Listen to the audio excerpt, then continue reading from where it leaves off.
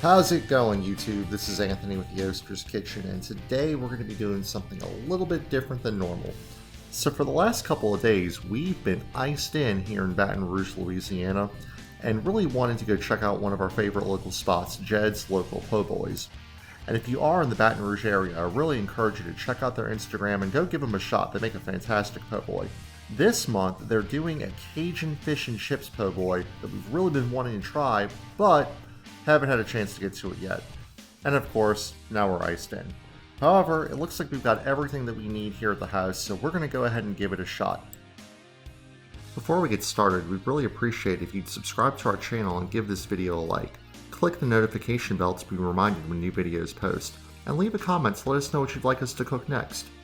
To get started, you're going to need 1 to 1.5 pounds of catfish nuggets, some fish fry, Cajun seasoning, Cajun tartar sauce, and a bag of coleslaw. In addition, you'll need some flour, 1 to 2 eggs, malt vinegar, po' boy bread, and spicy kettle chips. I like to use Leidenheimer bread and Zapp's chips for this, but go ahead and use whatever you've got on hand. We're going to start by marinating our catfish for about 2 hours in buttermilk and Cajun seasoning. Now, if you don't have buttermilk, that's fine. I'd go ahead and just lightly coat everything in Cajun seasoning and let it sit for about an hour or two in the refrigerator. But if you do have buttermilk, that's going to give you a better flavor and help with the fry process overall. To replicate that malt vinegar flavor that you would get in normal fish and chips, we're going to go ahead and coat our coleslaw with a combination of black pepper, salt, and about a 1/4 cup of malt vinegar, although you could adjust this up or down depending on your tolerance to the malt vinegar flavor.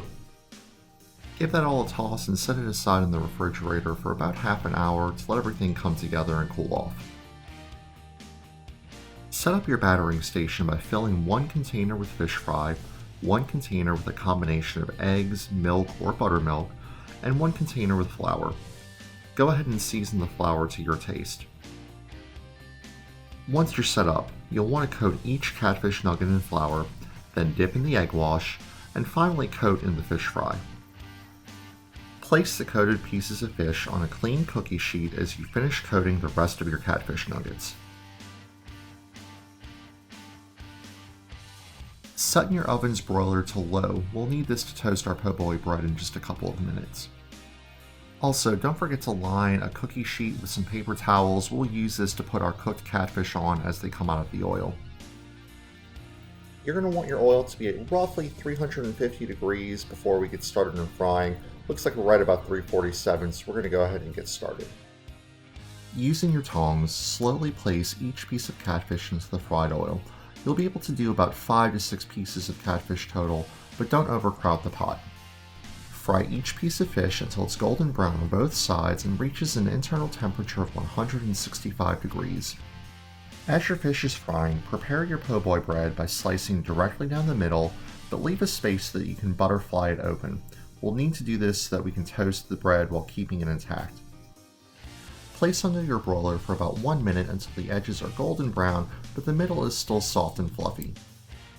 Once it's cool enough to handle, dress your po' boy with mayo and our malt vinegar coleslaw. Next, add our catfish and drizzle over the Cajun tartar sauce. If you don't have a squeeze bottle or a piping bag, fill up a Ziploc bag with the tartar sauce and cut the edge off, then drizzle neatly over the sides. This really adds to the overall presentation of the sandwich. Finally, top the sandwich with your favorite kettle chips. We're using Zapp's spicy crawtators. Have you had the original? How does ours compare?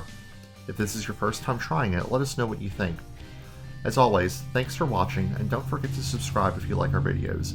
See you next time.